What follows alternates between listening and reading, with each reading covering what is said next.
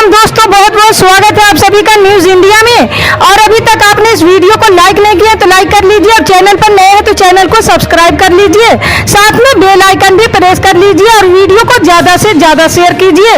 और आप किस राज्य शहर से न्यूज को देख रहे हैं कमेंट में जरूर लिखें। तो चलिए बढ़ते हैं खबरों की ओर।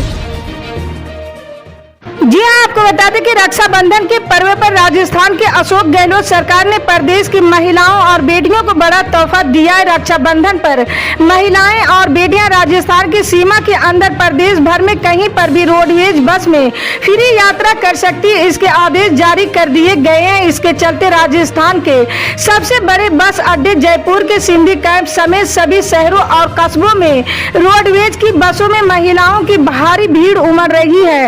राजस्थान में बीते कई वर्षों से राज्य सरकारें रक्षाबंधन पर महिलाओं और बेटियों को फ्री यात्रा का तोहफा देती आ रही है।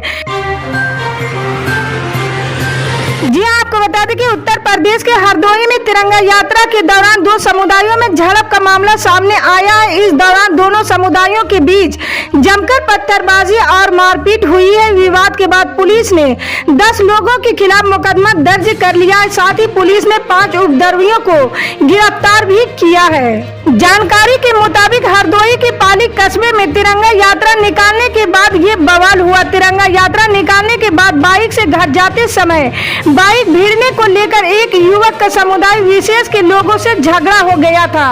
इसके बाद समुदाय विशेष के लोगों ने युवक के घर पर हमला किया। देखते देखते हालात बेकाबू हो गए। इस बवाल के दौरान जमकर पत्थर चले, इसके अलावा असलहे भी लहराए गए हैं। जी हाँ, आपको बता दें कि राजस्थान के उदयपुर शहर में एक हिंदू परिवार ने तत्परता दिखाते हुए मुहर्रम जुलूस के दौरान एक ताजिए में लगी आग को बुझा दिया। जिसे इलाके में ये घटना घटी है वो टेलर कन्हैया लाल की दुकान के नजदीक है। कन्हैया की करीब 1.5 माह पहले 2 मुस्लिम युवकों ने गला रेत कर बेरहमी से हत्या कर दी थी। इससे राजस्थान सहित पूरे देश में रोष और तनाव की स्थिति निर्मित हो गई थी। जानकारी के अनुसार मोचीवाड़ा इलाके के संकरी गलियों से गुजरते हुए करीब 25 फीट ऊंचे ताजिए के ऊपरी हिस्से में आग लग गई थी। जी हाँ, आपको बता दें कि बिहार के डिप्टी सीएम तेजस्वी यादव ने एनडीटीवी को दिए खास इंटरव्यू में कहा कि देश में अराजकता का माहौल है, पूरी संवैधानिक संस्थाओं को तबाह किया जा रहा है। उसमें हमारी ड्यूटी है कि समाजवादी लोगों को सहयोग करे। कभी वो नीतीश को पलटू चाचा कह चुके हैं। इस पर तेजस्वी ने कहा कि यहाँ किसी पार्टी या किसी व्यक्ति का सवाल नहीं है, देश का सवाल आता है तो इन बातों का कोई महत्व नहीं है। इनकी मानसिकता बताती है कि क्षेत्रीय पार्टियों को खत्म करो, विपक्ष को खत्म करो। बीजेपी अध्यक्ष जेपी नड्डा ने ये बात बिहार में आकर कही है। वे बिहार आकर चुनौती दे रहे हैं लोकतंत्र में, हम ये कैसे बर्दाश्त करेंगे।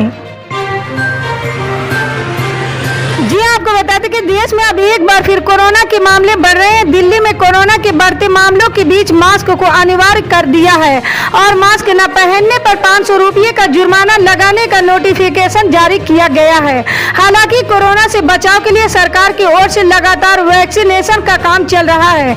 सरकार की ओर से बूस्टर डोज को फ्री करने के बाद वैक्सीनेशन ड्राइव में तेजी देखने को मिली है। सरकार की ओर से जारी ताजा आंकड़ों के मुताबिक अब तक 207 करोड़ वैक्सीन डोज लग चुकी है।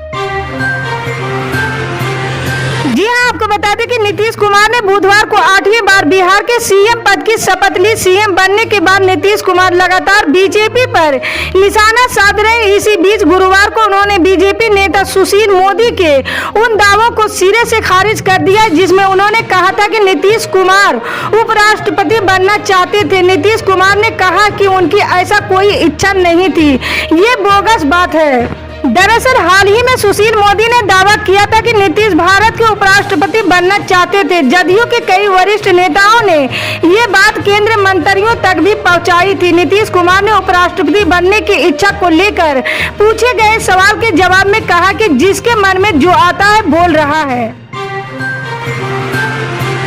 जी हाँ, आपको बता दें कि टीएमसी बीरभूम के जिला अध्यक्ष अनुवर्त मंडल को केंद्रीय जांच ब्यूरो ने 2020 के मवेशी तस्करी मामले में गिरफ्तार किया। अनुवर्त मंडल को बीरभूम जिले में उनके आवास से गिरफ्तार किया गया है।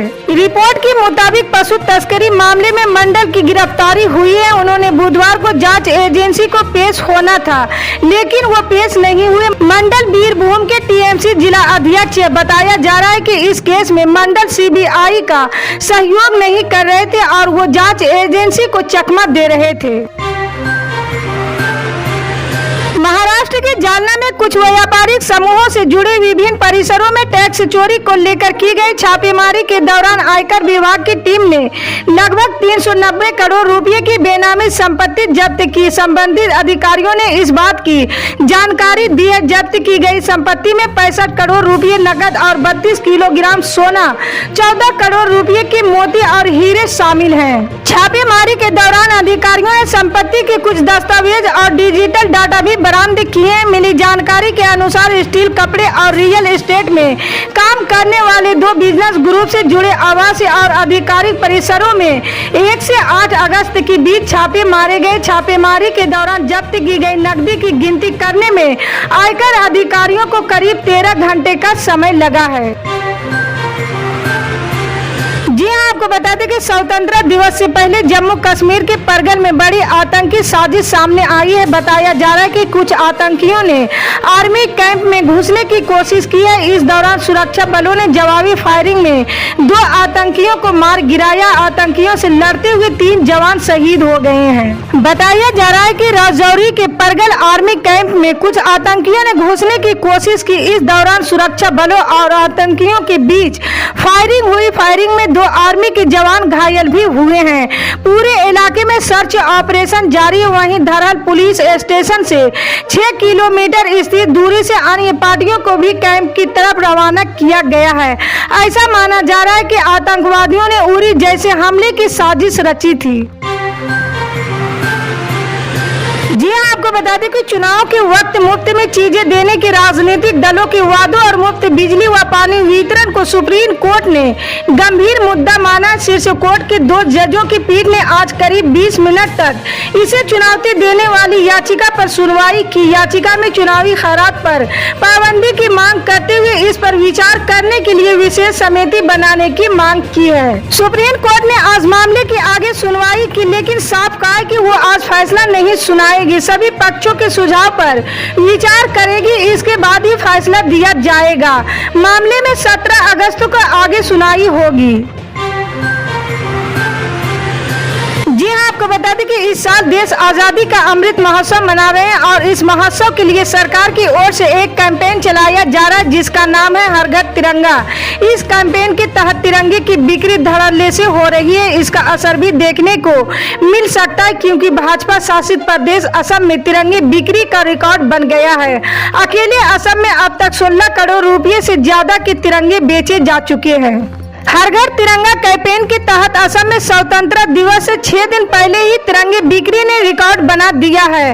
अब तक राज्य में हर घर तिरंगा अभियान के तहत कुल 16.7 करोड़ रुपए की वैल्यू के तिरंगे बेचे जा चुके हैं।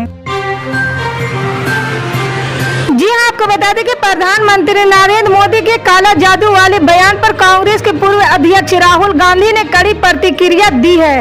राहुल गांधी ने ट्वीट कर कहा, प्रधानमंत्री को महंगाई नहीं दिखती, बेरोजगारी नहीं दिखती। अपने काले कारनामों को छिपाने के लिए काला जादू जैसे अंधविश्वास बातें करके पीएम पद की गरिमा को गिराना और देश को भटकाना बंद कीजिए। प्रधानमंत्री जी, जनता के मुद्दों पर जवाब तो देना ही पड़ेगा। राहुल गांधी से पहले पीएम मोदी के बयान पर कांग्रेस नेता जयराम रमेश ने पलटवार किया। उन्होंने पीएम मोदी की फोटो ट्वीट करते हुए लिखा है कि काला धन लाने के लिए तो कुछ कर नहीं पाए, अब काले कपड़ों को लेकर बेमतलब का मुद्दा बना रहे हैं।